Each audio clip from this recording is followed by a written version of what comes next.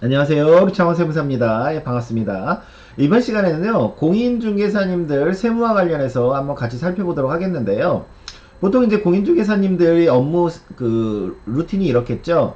의뢰인이 중개사님한테 어떤 이제 업무를 의뢰하면, 물론 이제 본인이 혼자 그 업무를 처리하셔도 되지만, 그거를 같이 하는 그 공동 용역 제공자가 있죠. 뭐 실장이 됐든 아니면 다른 중개사님이 됐든 하여튼 공동 용역 제공자가 있기 마련입니다. 그래서 이럴 때 이제 돈의 흐름은 당연히 의뢰인에서 공인중개사로 넘어가고 공인중개사님이 일부를 용역 제공자한테 줄 것인데, 그 반대급부로 증빙을 어떻게 해야 되는지 그거와 관련해서 같이 한번 살펴보도록 하겠습니다. 일단 의뢰인의 경우는 법인, 일반, 간이, 개인 이렇게 있을 수 있고요. 개인이면 이제 사업자 없는 경우, 일반 간이는 개인 사업자를 말하는 것이고요. 공인중개사님 같은 경우는 일반 사업자, 간이 사업자가 있을 수 있고 개인 사업자 중에서요. 그 다음에 같이 용역을 제공한 사람도 마찬가지로 법인이 있을 수 있고 일반이 있을 수 있고 간이가 있을 수 있고 그냥 순수 개인, 뭐 실장 같은 그런 개인이 있을 수 있겠죠. 그래서 요거와 관련해서 경우의 수대로 해서 한번 같이 살펴보도록 하겠습니다. 일단 경우의 수가요, 한 32가지가 나옵니다. 이 중개사님이 이제 법인인 경우는 일단 생략하겠습니다. 당연히 이제 의뢰인은 요 4가지 경우가 있을 수 있고, 요 개인이라면 일반인을 말하는 거고요. 공인중개사님은 일반간이, 용역 제공자는 이제 개인의 경우는 부동산 실장 같은 경우를 말하겠죠. 그러면 이런 식으로 총 32가지의 경우의 수가 발생할 수 있습니다. 그럼 각각의 경우에 따라서 증빙을 어떻게 처리해야 되는지 그 한번 같이 살펴보도록 하겠습니다. 일단은 이제 의뢰인이 법인이에요. 법인 사업자가 공인중개사님한테 어떤 걸 의뢰해서 이제 그 중개를 했단 말이죠. 아니면 어떤 용역을 했어요. 그래서 돈을 5천을 이제 받았는데, 그럼 이제 이 일반 과세자인 공인중개사님 입장에서는 법인한테 돈 받은 거에 대한 반대급부로 증빙을 해줘야 되는데, 뭘 해줘야 되냐? 당연히 세금 계산서를 해줘야 됩니다. 이 부가세 부가세가 있는 세금 계산서 거래를 하셔야 됩니다. 그래서 만약에 수수료가 5천이면은 5천에 500을 법인은 일반과세자한테 줄 것이고, 그 다음에 우리 그 중개사님은 세금계산서 발행해서 나는 500 납부하고 법인은 500 공제나 환급 받으면 되죠.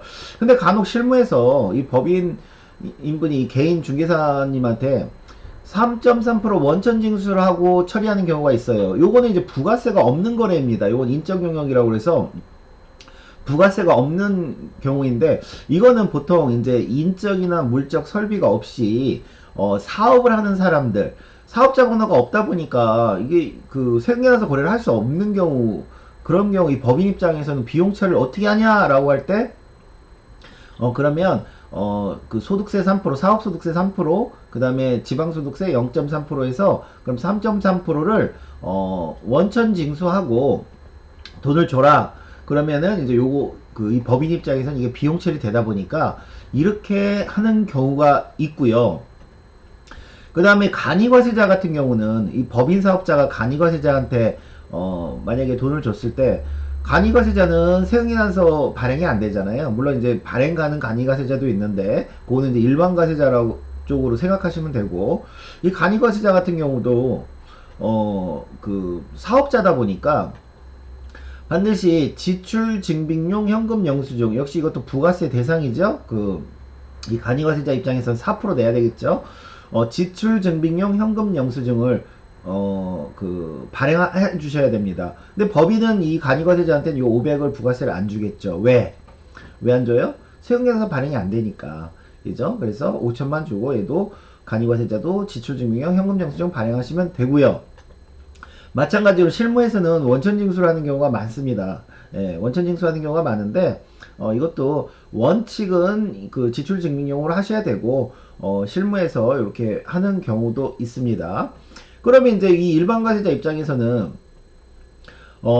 그, 공동용역 제공자가 법인인 경우, 일반인 경우, 간이인 경우, 개인인 경우가 있겠죠.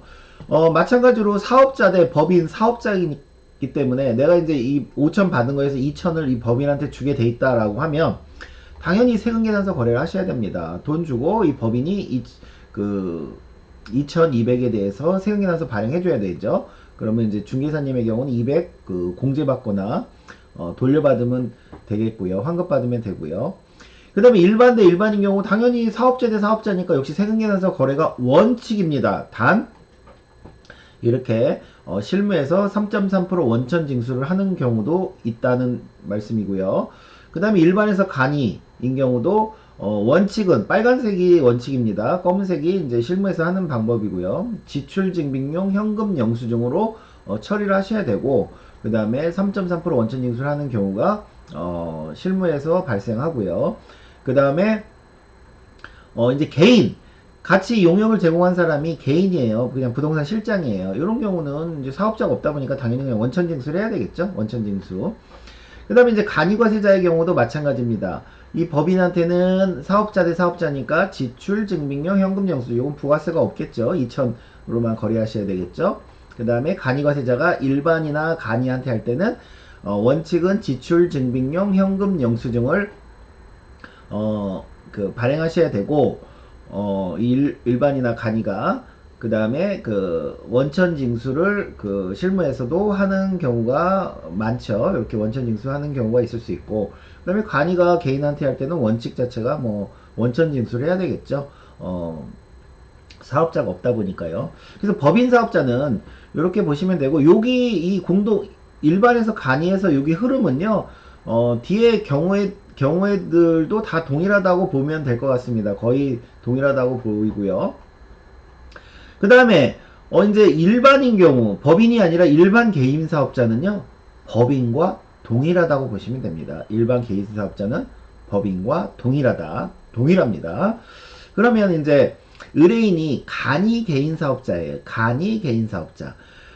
이 간이 개인 사업자가 돈을 줬습니다. 근데 그 일반 과세자가 이제 증빙을 해줘야 되는데, 문제는 이 간이다 보니까 세금계산서 발행이 일단 안 되겠죠.